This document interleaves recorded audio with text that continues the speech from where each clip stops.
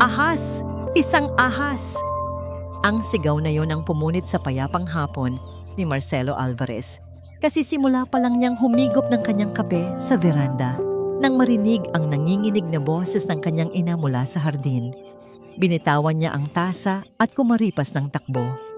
Nadatnan niya si Helena, ang kanyang ina, na nakatayo sa gitna ng mga rosas. Ang mga mata nito'y nanlalaki sa takot at ang nanginginig na daliri ay nakaturo sa isang direksyon. "Ma'am, anong nangyayari?" tanong ni Marcelo. Hinawakan ng braso nito. Sinundan niya ng tingin ang itinuturo ng ina. Ngunit wala siyang nakitang ahas. Ang nakita niya ay si Camila Torres, ang kanyang magandang mapapangasawa, na papalapit sa kanila. May dalang isang baso ng tubig. "Helena, ano po yon? May problema po ba?" Malambing na tanong ni Camila. Ang muka ay nagpapakita ng perpektong pag-aalala. Ngunit umiling si Helena. Lalong humigpit ang kapit kay Marcelo. "Nandyan siya, anak. Ang ahas. Aagawin niya ang lahat sa atin. Papatayin niya ako." Napapikit si Marcelo. Heto na naman sila. Ang mga doktor ay nagsabi na bahagi ito ng kanyang sakit, ang demensya, paranoia, hallucinations. Ngunit sa tuwing nangyayari ito, parang may kung anong tumutusok sa kanyang dibdib. "Camila is not a snake, Mom. She's here to help." Mahinahon niyang sabi, kahit na ang sarili niyang boses ay parang hindi niya kilala. Ngumiti si Camila, isang ngiti na kayang pakalmahin ang kahit sinong nagagalit. Inabot niya ang tubig kay Helena. "Heto po, tita. Uminom po muna kayo. Baka po nauuhaw lang kayo sa init ng araw." Pero marahas na iwinaksi ni Helena ang bas. Tumalsik ang tubig sa mamahaling bestida ni Camila. "Huwag mo akong hawakan. Demonyo ka." "Ma'am." Saway ni Marcelo. Hindi nagbago ang ekspresyon ni Camila. Kumuha siya ng panyo mula sa kanyang bulsa at mahinahong pinunasan ang kanyang damit. "It's okay, Marcelo. Naiintindihan ko.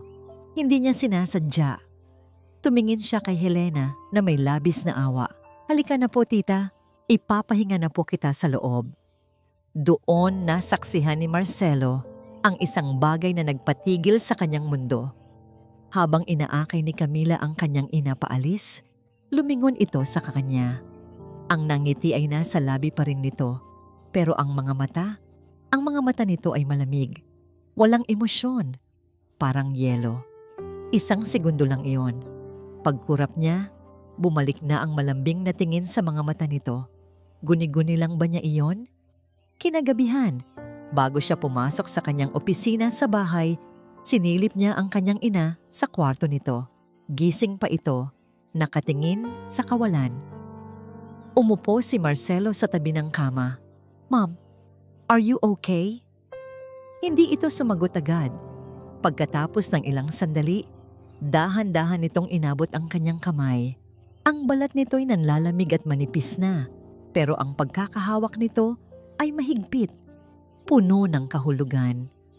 "Marcelo, anak ko," bulong nito. Ang boses ay halos hindi marinig.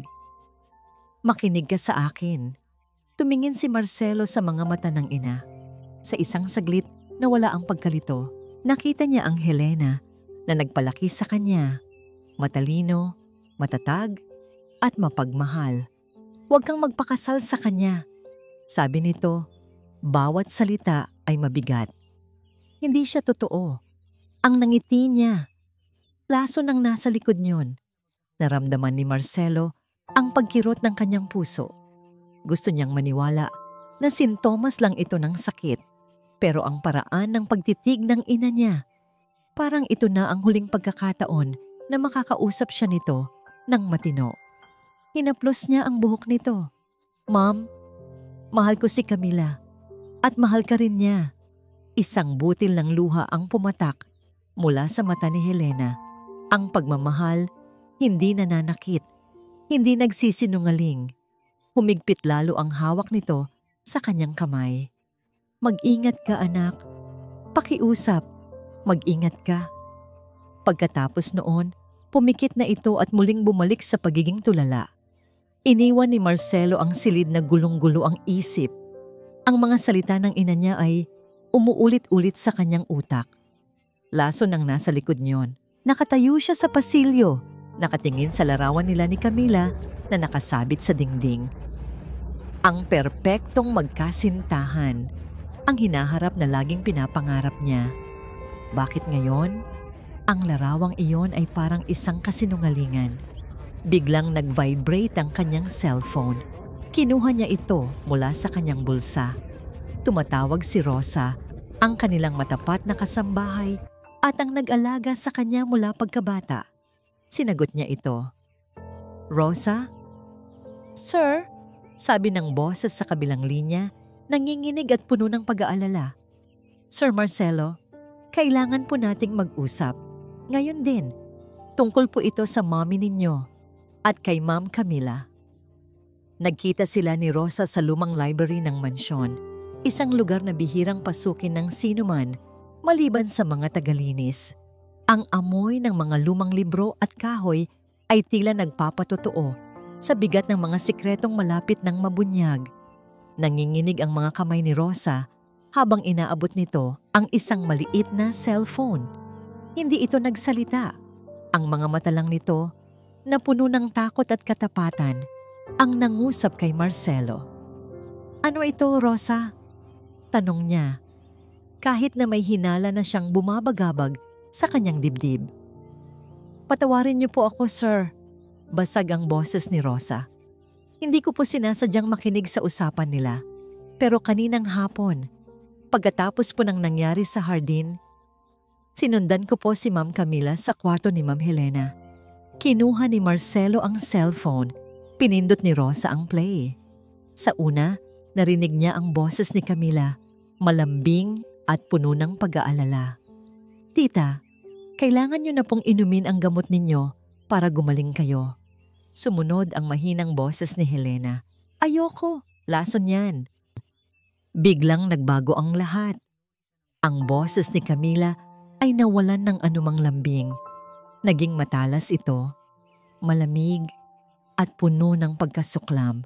Isang boses na hindi pa naririnig ni Marcelo kailanman. "Ano ang sabi mo? Lason? Tumigil ka na sa pagpapanggap mo. Matanda ka. Sawang-sawa na ako sa'yo. Kung hindi lang dahil sa pera ng anak mo, matagal na kitang pinalayas dito." Narinig ni Marcelo ang tunog ng isang kalabog na sinundan ng mahinang pag-iyak ni Helena. "Wala rito ang anak mo para iligtas ka." Patuloy ng malupit na boses ni Camila. "Sa ayaw at sa gusto mo, ako ang masusunod dito. Ako ang magiging Mrs. Alvarez. At kapag nangyari yon, sisiguraduhin kong magiging miserable ang buhay mo hanggang sa huling hininga mo." Natapos ang recording. Ang tanging maririnig sa silid ay ang mabilis na paghinga ni Marcelo. Isang nakabibinging katahimikan. Naramdaman niya ang paglamig ng kanyang buong katawan. Ang boses na yon, ang mga salitang yon, nanggaling sa babaeng pinangakuan niya ng habambuhay. Ang babaeng akala niya ay mamahalin din ang kanyang ina. Napahawak siya sa gilid ng mesa para suportahan ang sarili. Ang sakit ay parang alon na rumagasa sa kanyang dibdib, hinuhugasan ng lahat ng pagmamahal at tiwala at iniiwan ang isang basag at galit na Marcelo. Paano siya naging ganito kabulag? "Sir?" Nag-aalalang tawag ni Rosa. Tumingin si Marcelo sa matandang kasambahay. Sa mga mata nito, nakita niya ang katapatan na hindi niya nakita kailanman kay Camila. "Matagal na po itong nangyayari, sir." Pag-amin ni Rosa. "Malupit po siya kay Ma'am Helena kapag wala po kayo." "Bakit hindi mo sinabi sa akin?" Halos pabulong na tanong ni Marcelo. Ang bawat salita ay parang bubog sa kanyang lalamunan. "Natakot po ako, sir. Baka hindi po kayo maniwala. Baka po ako ang paalisin ninyo." Umiiyak na sabi ni Rosa. "Mahal na mahal po kayo ni Ma'am Camila. O yun po ang ipinapakita niya." "Hindi," maring sabi ni Marcelo. Ang boses niya ay tumigas na parang bato. "Hindi iyon pagmamahal. Isa yung pagpapanggap. Isang plano ang unti-unting nabubuo sa kanyang isip Isang plano na desperado at mapanganib. Pero kailangan niyang malaman ang lahat. Kailangan niyang makita mismo ang lalim ng kasinungalingan ni Camila. "Rosa," sabi niya, ang mga matay nag-aalab sa determinasyon. "Kailangan ko ng tulong mo." At doon, sa gitna ng katahimikan ng library, binalangkas nila ang isang plano. Isang plano na magpapabago sa lahat. Kinabukasan, formal na nagpaalam si Marcelo kay Camila. Isang kagyat na business trip sa Singapore, anya. 2 linggo siyang mawawala. Niyakap siya ni Camila ng mahigpit, may mga pekeng luha sa mata, at ibinulong kung gaano siya nito mamimiss. Halos masuka si Marcelo sa kanyang naramdaman. Nang gabing umalis ang kanyang private jet sa airport, isang luma at may kalumaang van ang huminto sa gate ng mga katulong sa likod ng mansyon. Isang lalaki ang bumaba. Nakasuot ng maruming overalls, may suot na salamin at pekeng bigote. Siya si Herman, ang bagong maintenance engineer na inirekomenda ni Rosa. Pumasok siya sa loob ng bahay na dati niyang tinatawag na tahanan. Ngayon, isa na itong pugad ng ahas. Bago matulog, dumaan si Marcelo sa pasilyo at natigilan sa harap ng kanilang engagement photo. Nakangiti sila pareho, ang perpektong imahe ng kaligayahan. Pero ngayon, ang nakikita na lang niya ay isang estranghero na nakangiti sa tabi ng isang sinungaling. Tumingin siya sa kanyang refleksyon sa salamin ng picture frame. Ang mukha ni Herman, ang nakita niya, isang taong walang pangalan, walang yaman, isang anino. Ngunit sa ilalim ng pagbabalat kayo, ang kanyang mga mata ay hindi nagsisinungaling. Puno ito ng isang malamig at matigas na layunin. Oras na para malaman ang katotohanan. Ang unang araw ni Marcelo bilang si Arman ay isang pagsubok sa kanyang pagtitimpi. Ang bawat sulok ng mansyon ay pamilyar sa kanya, ngunit kailangan niyang kumilos na parang bago sa paningin niya ang lahat. Ang unipormeng suot niya ay medyo makati at ang pekeng bigote ay palaging nagbabantang matanggal. "Arman, ayusin mo ang wifi sa may pool area." Nagrereklamo si Ma'am Camila, mabagal daw. Utos sa kanya ng isa sa mga matagal ng hardinero. Tumango lang siya. Habang naglalakad, nakita niya si Camila na nagbabasa ng magazine sa tabi ng pool, nakasuot ng mamahaling swimsuit. Tiningnan siya nito mula ulo hanggang paa. Isang tingin na puno ng pagwawalang bahala, na para bang isa lang siyang kasangkapan na biglang sumulpot.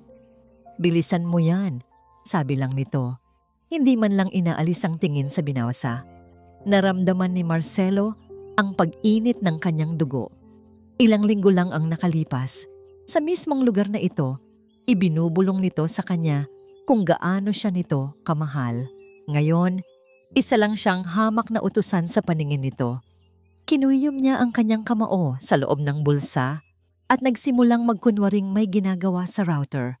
Doon niya unang nakita si Lucia Bautista. Lumabas ito mula sa isang pinto sa gilid. Akay-akay ang kanyang inang si Helena na naka-wheelchair. Siya siguro ang bagong nurse na binanggit ni Rosa. Simple lang ang itsura ni Lucia. Walang kolorete sa mukha at ang buhok ay nakatali lang ng simple. Pero may kakaibang kapayapaan sa kanyang kilos. Inilagay niya ang wheelchair sa isang lugar na may lilim, malayo sa ingay ng ginagawa ni Arman. Kinuha niya ang isang libro at nagsimulang basahin ito para kay Helena. Ang boses ni Lucia ay mahinahon at malambing. Hindi ito nagmamadali. Bawat salita ay binibigkas niya ng may pag-aalaga. Pagkatapos ng ilang pahina, napansin niyang tila inaantok si Helena. Isinara ni Lucia ang libro at sa halip ay nagsimula itong humimig ng isang lumang kundiman, ang paboritong kanta ni Helena na madalas kantahin ng yumaong ama ni Marcelo. Mula sa kanyang kinatatayuan, pinanood ni Marcelo ang eksena. Nakita niya ang unti-unting pagre-relax ng mukha ng kanyang ina. Isang maliit na ngiti ang sumilay sa mga labi nito. Isang namangiti na matagal na niyang hindi nakikita. May kung anong kumurot sa puso ni Marcelo. Ganito dapat inaalagaan ng kanyang ina. Hindi sigaw at pananakit. Mamaya-maya, habang nag-aayos siya ng mga kable sa pasilyo, dumaan si Lucia na may dalang isang tray ng merienda. Bigla itong natapilok sa isang nakausling parte ng carpet. Nabitawan nito ang tray. Tumalsik ang baso ng juice at ang malamig na likido ay tumapon sa braso at damit ni Arman. Ay, nako, sorry po. Pasensya na po. Natatarantang sabi ni Lucia. Agad na kumuha ng panyo mula sa kanyang bulsa at sinubukang punasan ang damit ni Arman. Okay lang, miss. Tubig lang to, sabi ni Marcelo. Sinisikap na gawing magaspang ang kanyang boses. Nag-angat ng tingin si Lucia at sa unang pagkakataon, nagtama ang kanilang mga mata. Nakita ni Marcelo ang tunay na pag-aalala sa mga ito. Walang pagkukunwari, walang halong kahit ano. Sa bahay na ito na puno ng mga maskara, ngayon lang siya nakatagpo ng mga matang ganoon katotoo. Pasensya na po talaga, sir. Arman, sabi nito. Medyo namumula ang pisngi. Ako na po ang maglilinis nito. Bago pa man siya makasagot, mabilis na itong umalis para kumuha ng pamunas. Naiwan si Marcelo na nakatayo roon. Medyo nabigla sa simpleng pakikitungo nito. Pagtapos ng kanyang trabaho sa Wi-Fi, pumasok siya sa silid ni Helena para tingnan daw ang signal. Naroon ang kanyang ina, nakaupo sa paborito nitong silya, nakatingin sa labas ng bintana. Lumuhod si Arman sa tabi ng isang saksakan. Nang mag-angat siya ng tingin, nakita niyang nakatitig sa kanya si Helena. Hindi ito ang tingin na tulala o galit. Ito ay isang tingin na puno ng pagtataka, na para bang may sinusubukan itong alalahanin. Bahagyang kumunot ang noo nito at tumagilid ang ulo, sinusuri ang kanyang mukha. Naramdaman ni Marcelo ang pagbilis ng tibok ng kanyang puso. Nakikilala ba siya nito? Pero isang iglap lang, nawala na ito. Bumalik na muli ang blankong ekspresyon sa mga mata ni Helena. Nakahinga siya ng maluwag, ngunit may kaunting kirot. Kinagabihan, habang naghahanda ang lahat para sa hapunan, isang mamahaling itim na kotse ang huminto sa tapat ng mansyon. Isang lalaking nakapormang maigi ang bumaba. Si Rico Torres. Sinalubong siya ni Camila sa may pinto. May isang matamis na ngiti. Buti nakarating ka. Para sa'yo, palagi. Sagot ni Rico. Hinalikan ito sa pisngi. Napanood ni Marcelo ang lahat mula sa di kalayuan. Mga kasambahay, si Rico nga pala. Pakilala ni Camila sa mga naroon. Pinsan ko. Pero napansin ni Marcelo ang paraan ng pagtingin nila sa isa't isa. Hindi yun tingin ng magpinsan.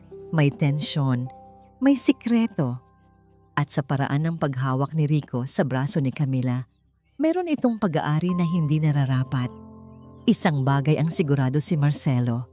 Hindi sila magpinsan at may dala silang panganib. Ang pagpapakilala kay Rico bilang pinsan ay isang bandila ng panganib na iwinagayway sa harap mismo ni Marcelo.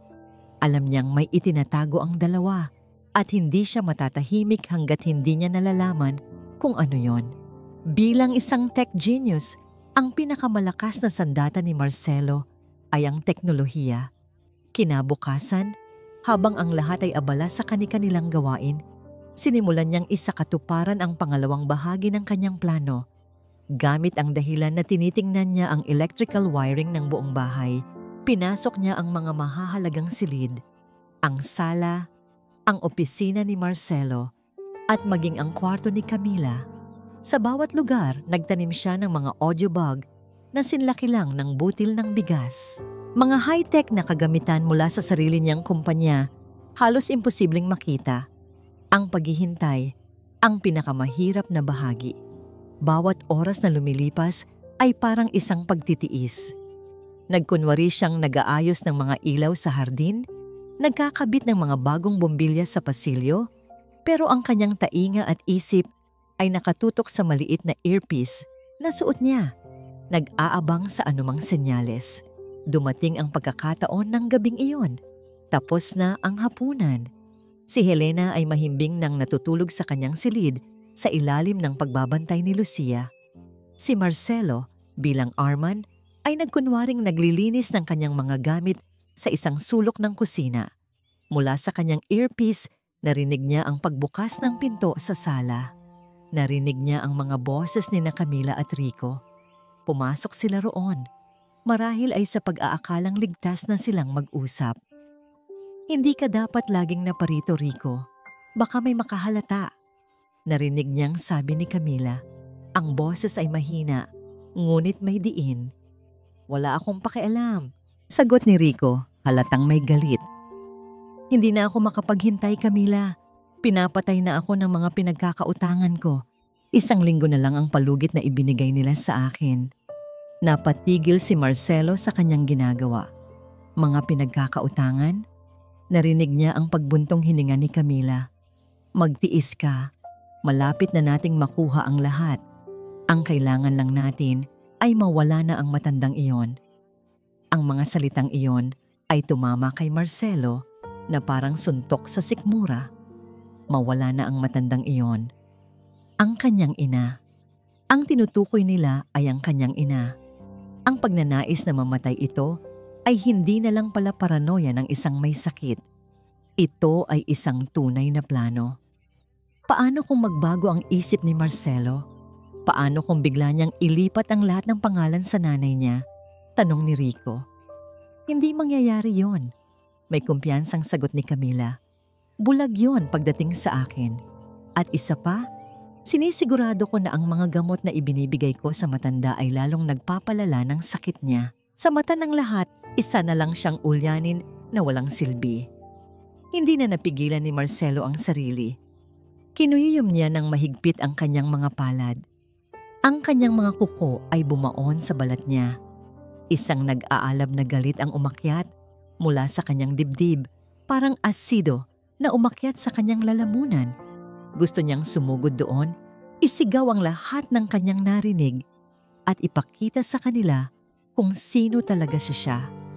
Pero pinigilan niya ang sarili. Hindi pa ito ang tamang oras. Kailangan niya ng mas matibay na ebidensya. Kailangan nating mapirmahan ang pekeng prenup agreement bago siya bumalik. Sabi ni Rico. Saan ba nakatago ang mga orihinal na dokumento? Nasa loob ng kanyang vault, sa opisina niya. Sagot ni Camila. Huwag kang mag-alala. May paraan ako para mabuksan yon. Natapos ang kanilang usapan, narinig ni Marcelo ang kanilang mga yabag palayo. Naiwan siyang nakatayo sa dilim ng kusina, nanginginig sa galit at sa katotohanang unti-unting lumilinaw. Hindi lang ito tungkol sa pera. Ito ay tungkol sa pagtataksil sa pinakamataas na antas. Ito ay isang plano na may layuning sirain ang kanyang pamilya at patayin ang kanyang ina. Ilang oras ang lumipas. Nang sigurado siyang tulog na ang lahat, dahan-dahan siyang naglakad papunta sa kanyang opisina para tingnan ang vault. Ngunit pagdating niya sa dulo ng pasilyo, natigilan siya. Nakita niya ang isang anino sa loob ng madilim na opisina. Isang anino na dahan-dahang lumalapit sa pader kung saan nakatago ang kanyang bakal na kahadayero. Si Rico, sinusubukang buksan ang kanyang safe. Nagtago si Marcelo sa likod ng isang malaking florera sa pasilyo. Ang puso niya ay dumadagundong sa kanyang dibdib. Pinanood niya si Rico na walang ingay na kumikilos sa dilim ng kanyang opisina. Gamit ang liwanag mula sa cellphone kanto nito, sinubukan nitong buksan ang vault gamit ang iba't ibang kombinasyon. Isang tanga. Alam ni Marcelo na ang vault niya ay hindi mabubuksan ng basta-basta. Mayroon itong biometric scanner. Pagkatapos ng ilang bigong pagsubok, sumuko si Rico at padabog, ngunit tahimik, na lumabas ng silid. Hinintay ni Marcelo na makalayo ito bago siya gumalaw. Alam na niya ngayon ang kanilang intensyon. Kailangan niyang makahanap ng pisikal na ebidensya. Kailangan niyang malaman kung nasaan ang mga pekeng dokumento at ang lason na binanggit ni Camila. Kinabukasan, nagkaroon siya ng pagkakataon. Umalis sina Camila at Rico. Sinabi nitong may pupuntahan silang family gathering. Ito na ang pagkakataong hinihintay niya.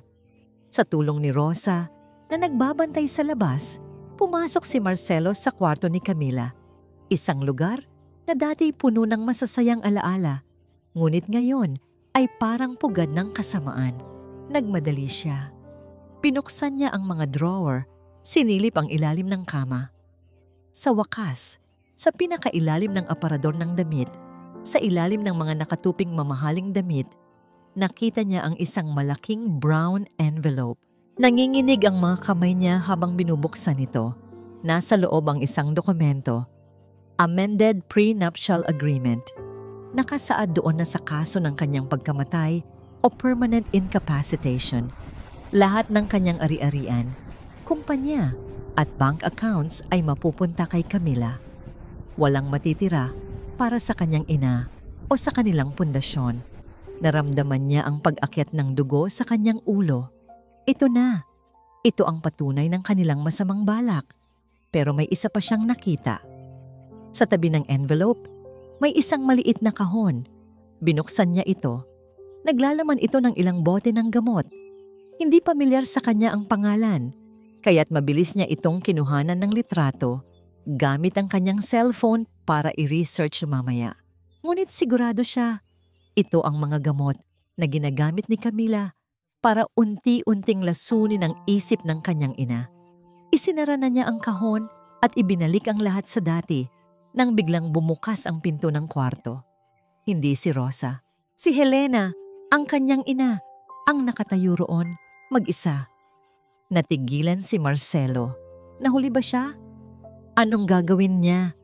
Anong sasabihin niya? Naglakad si Helena papasok sa silid.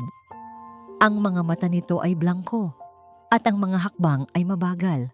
Dumaan ito sa kanyang tabi na para bang hindi siya nakikita. Huminto ito sa harap ng salamin. Tinitigan ang sariling refleksyon. Nakahinga ng maluwag si Marcelo. Hindi siya nito napansin. Akma na siyang aalis nang biglang lumingon sa kanya si Helena. Ang kanilang mga mata ay muling nagtama. Ngunit ngayon, iba na. Wala na ang blangkong tingin. Wala na ang pagkalito. Ang mga matang nakatitig sa kanya ngayon ay matalas, malinaw, at puno ng isang emosyon na hindi niya inaasahan. Pagkilala. Nakita niya ang kanyang ina, ang tunay niyang ina. Hindi ito nagsalita. Ngunit sa katahimikan ng silid na iyon, isang mensahe ang malinaw na ipinahatid. Dahan-dahan, bahagya nitong itinango ang ulo. Isang tango lang. Ngunit sapat na yon. Isang tango na nagsasabing, alam ko, nakikita kita anak. Ituloy mo yan. Pagkatapos, na parang isang aktor na tapos na sa kanyang eksena, muling bumalik ang blangkong tingin sa mga mata nito. Tumalikod ito at marahang naglakad palabas ng kwarto na para bang walang nangyari. Naiwan si Marcelo na tulala. Nakatayo sa gitna ng kwarto ni Camila. Hawak ang mga ebidensya ng pagtataksil, pero hindi na yon ang pinakamahalaga sa sandaling iyon. Ang kanyang ina. Hindi ito tuluyang nawawala sa sakit. Nagpapanggap ito. O marahil, lumalaban ito sa sarili nitong paraan, naghihintay ng tamang pagkakataon. Hindi siya isang biktima na walang magawa. Isa siyang mandirigma na tahimik na nagmamasid mula sa anino ng kanyang karamdaman. Isang bagong pag-asa ang bumuhos sa puso ni Marcelo. Isang bagong lakas. Hindi na lang niya ito ginagawa para sa katarungan. Ginagawa niya ito para sa kanila. Para sa kanilang dalawa. Ngunit ang pag-asang iyon ay agad ding hinaluan ng matinding takot. Pagbaba niya, narinig niya si Camila na masayang kausap si Lucia sa sala. Lucia, salamat sa lahat ng ginagawa mo, sabi ni Camila. Ang boses ay puno ng pekeng kabaitan. Pero ngayong gabi, ako na muna ang mag-aalaga kay Tita Helena. Gusto ko siyang personal na asikasuhin. Pwede ka nang umuwi ng maaga. Isang malamig na kaba ang gumapang sa buong katawan ni Marcelo. Alam na niya kung anong ibig sabihin nito. Ang gabing ito, mangyayari ito ngayong gabi. At isang nakakatakot na ngiti ang sumilay sa mga labi ni Camila habang nakatingin ito sa direksyon ng silid ng kanyang ina.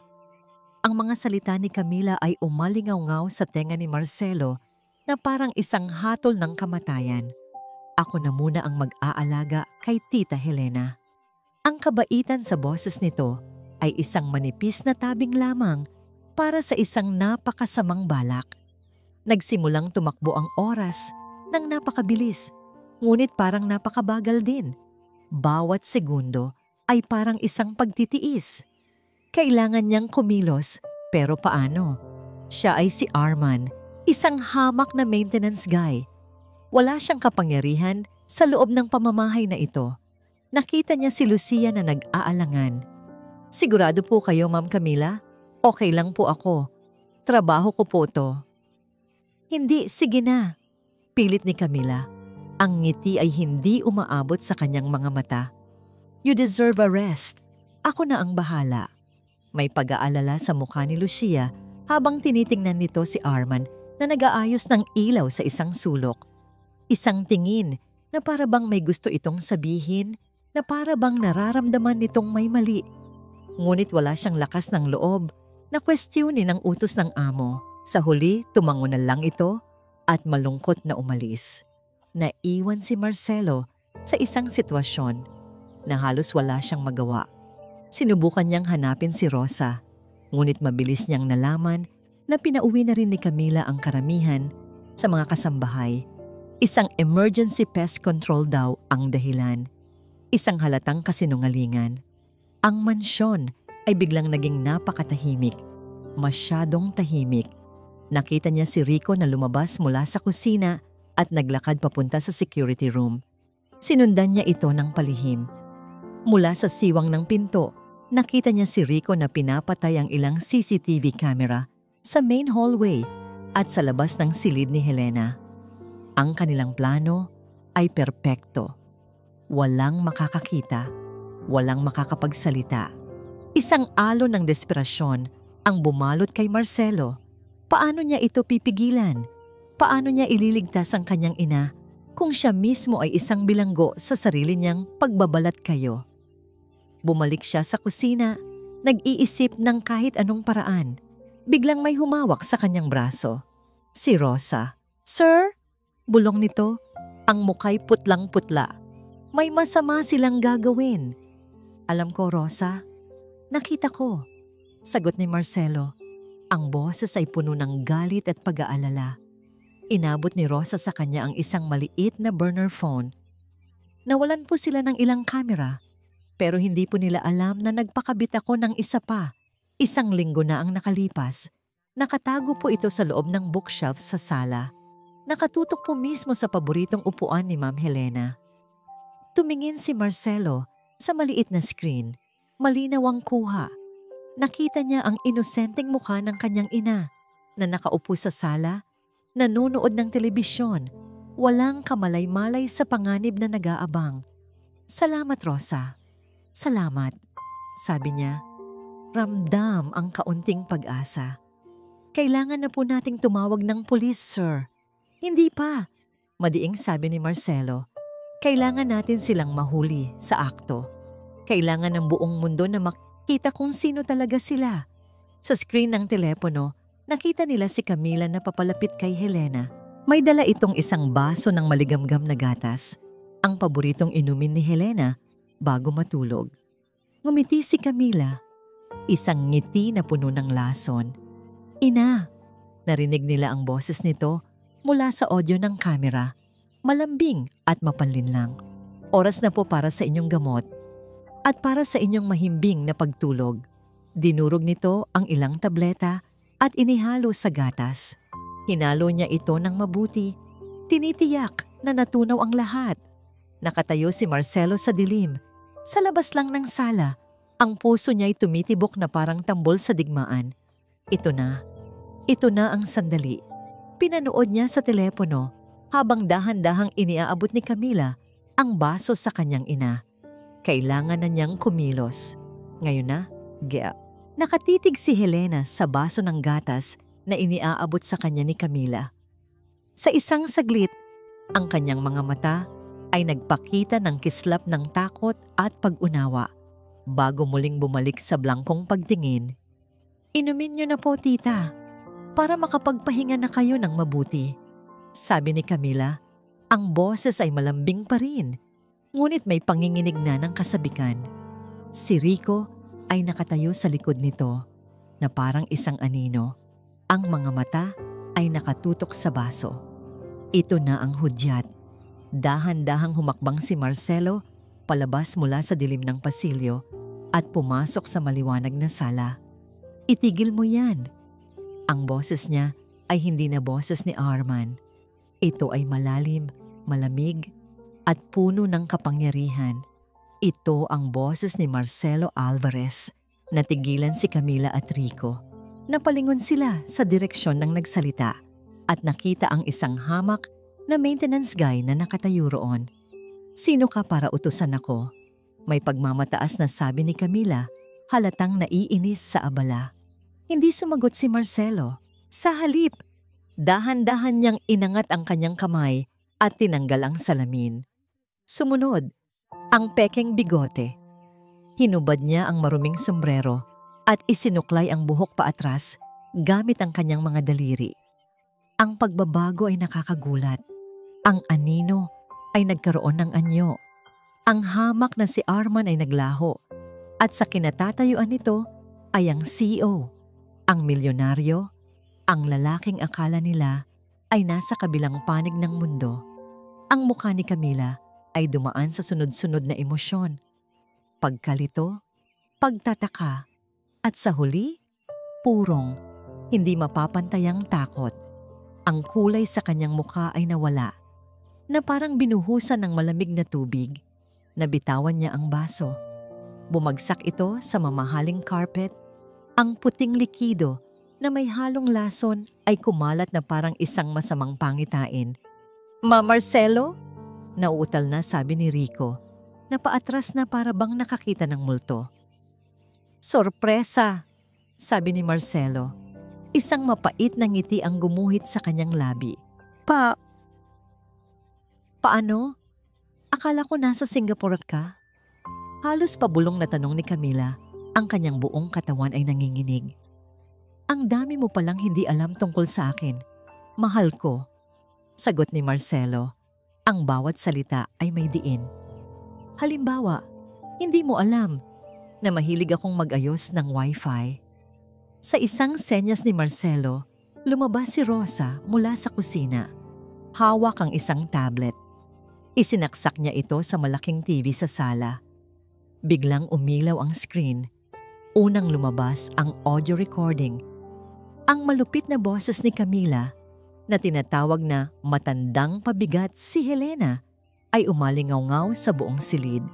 Sunod na lumabas ang video, ang kuha mula sa CCTV sa labas ng opisina kung saan nakita si Rico na sinusubukang buksan ng vault.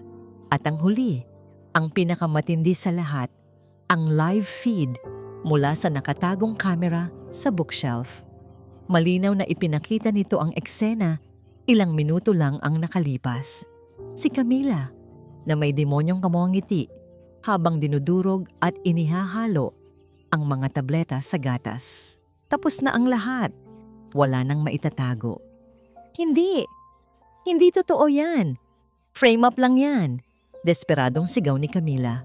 Sinubukan ni Rico na tumakbo papunta sa pinto.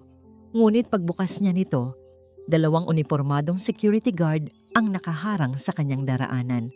Nawalan na ng lakas ang mga tuhod ni Camila. Bumagsak siya sa sahig, gumapang palapit kay Marcelo at niyakap ang kanyang mga binti.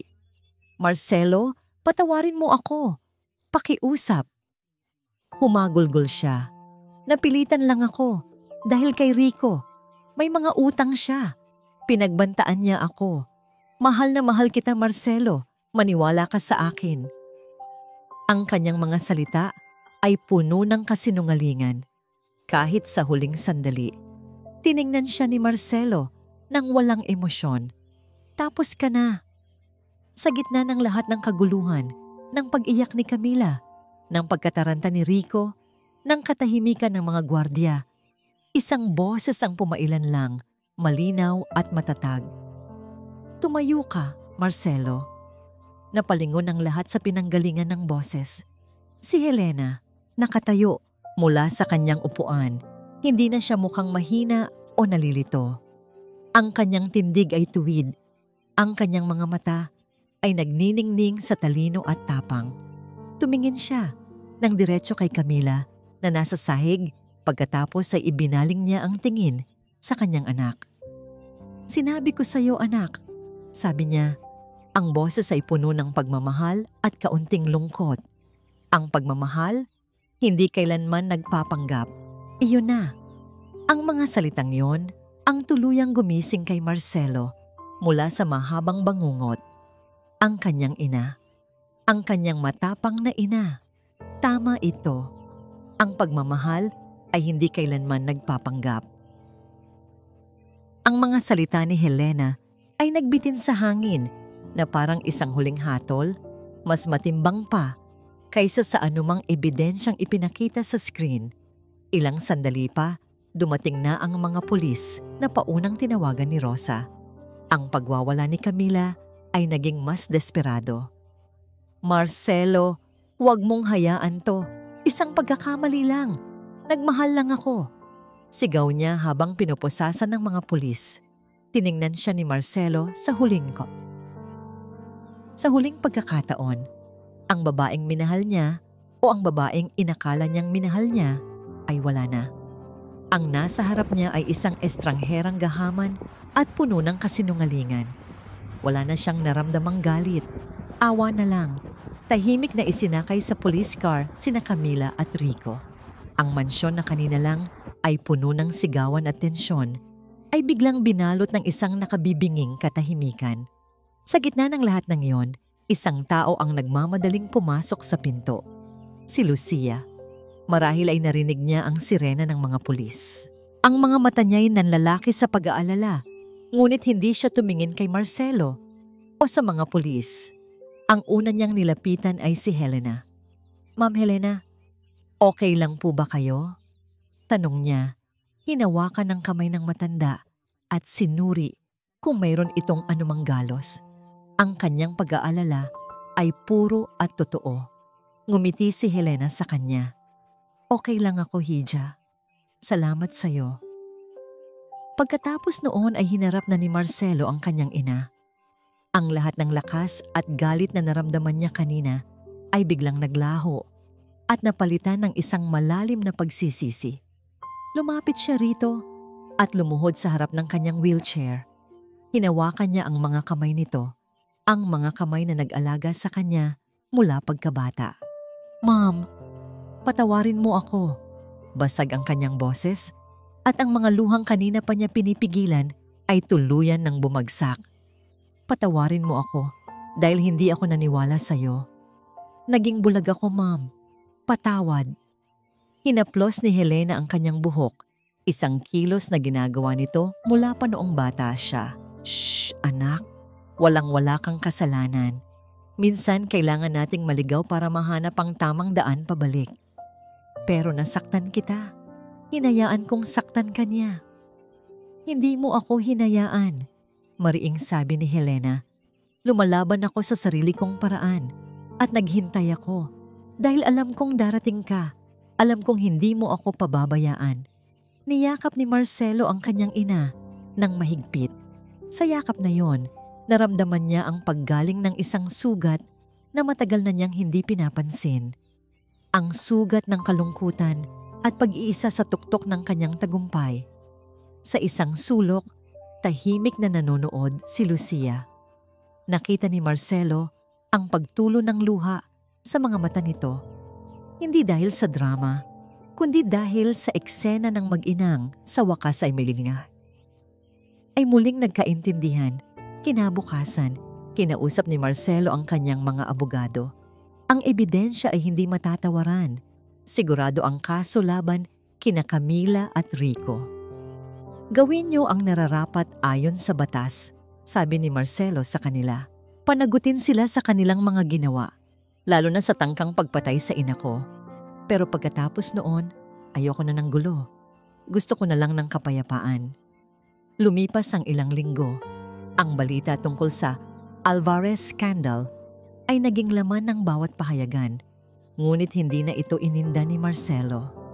Ang kanyang mundo ay hindi na umiikot sa business news o sa stock market.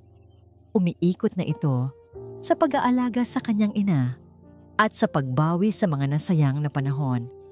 Isang hapon, nakita niya si Lucia sa silid nito. Nag-empake ng kanyang mga gamit. "Aalis ka na?" tanong ni Marcelo. Naramdaman ang isang biglaang lungkot. Tumango si Lucia. "Tapos na po ang trabaho ko, sir. Magaling na po si Ma'am Helena. At sigurado po akong mas makakahanap na kayo ng mas magaling na nurse para sa kanya." Paano kung sabihin kong ayokong humanap ng iba? Natigilan si Lucia at tumingin sa kanya. "Lucia, sa loob ng maraming taon, ang tanging inisip ko ay kung paano palalaguin ang pera ko. Ang resulta, halos mawala sa akin ang tunay kong yaman," sabi ni Marcelo, tumingin sa direksyon ng kwarto ng kanyang ina. "Ngayon, gusto kong gumawa ng isang bagay na may halaga." Lumapit siya. "Huwag ka munang umalis, Lucia. May pangarap ako at kailangan kita para matupad yun." Isang taon ang lumipas. Ang sikat ng araw ay ginintuan. Bumabagsak sa isang bagong pinturang signboard na may nakasulat na Helena's Hope Center for the Elderly. Hindi na ito ang dating mansyon ng mga Alvarez na puno ng malamig na marmol at mga lihim. Ito ngayon ay isang lugar na puno ng buhay, tawanan at musika. Ang dating malawak na hardin kung saan minsang tinawag na ahas si Camila ay isa ng luntiang espasyo kung saan ang mga matatanda ay nag-ehersisyo sa umaga at nagkukwentuhan sa hapon. Nakatayo si Lucia sa gitna ng lahat. Suot ang isang simpleng uniforme ng nurse, pero ang kanyang mga mata ay nagniningning na parang isang direktor general. Siya ang namamahala sa pang-araw-araw na operasyon ng center.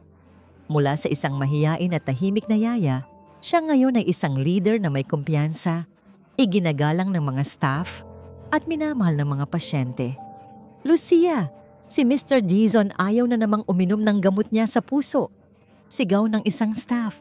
Ngumiti lang si Lucia. "Ako na ang bahala." Lumapit siya sa isang matandang lalaki na nakasimangot.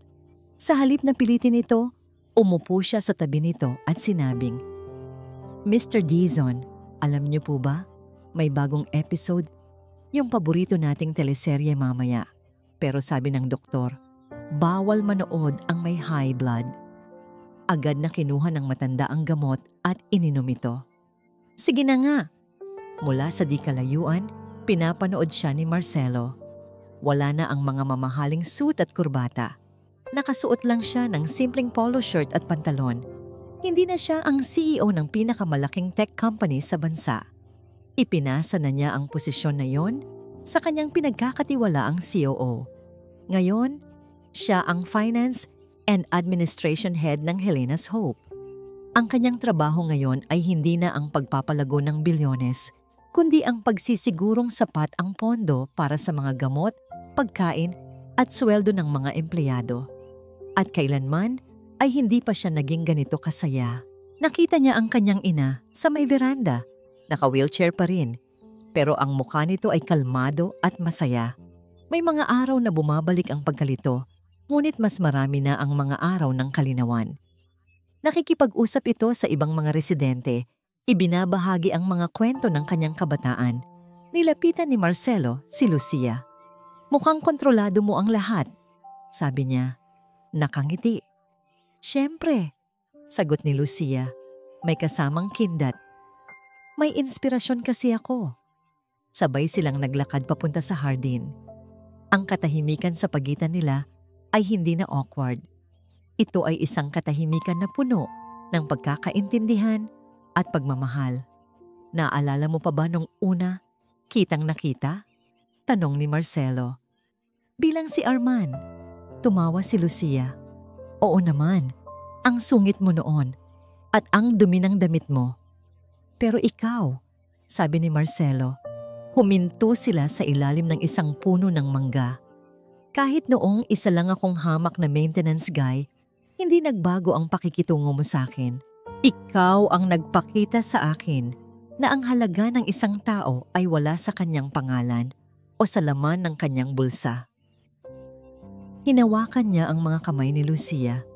Salamat, Lucia. Salamat sa pagpapakita mo sa akin kung ano ang totoo. Tumingin si Lucia sa kanyang mga mata. Ang pagmamahal ay malinaw na nakikita. Hindi ako, mahinang sabi nito. Ang sitwasyon, minsan kailangan mo talagang mawawala para makita mo kung sino talaga ang para sa'yo. At doon, sa ilalim ng puno, sa gitna ng lugar na binuo nila mula sa abo ng isang masakit na nakaraan, dahan-dahang inilapit ni Marcelo ang kanyang muka at hinalikan si Lucia. Isang halik na hindi nagmamadali. Isang halik na hindi puno ng pagnanasa, kundi ng pasasalamat, paggalang at isang pangako ng isang bagong simula. Mula sa veranda, nakita sila ni Helena. Isang matamis na ngiti ang sumilay sa kanyang mga labi. Alam niyang sa wakas, ang kanyang anak ay tunay ng ligtas at tunay ng masaya. 2 taon na ang nakalipas mula nang mabuksan ang Helena's Hope.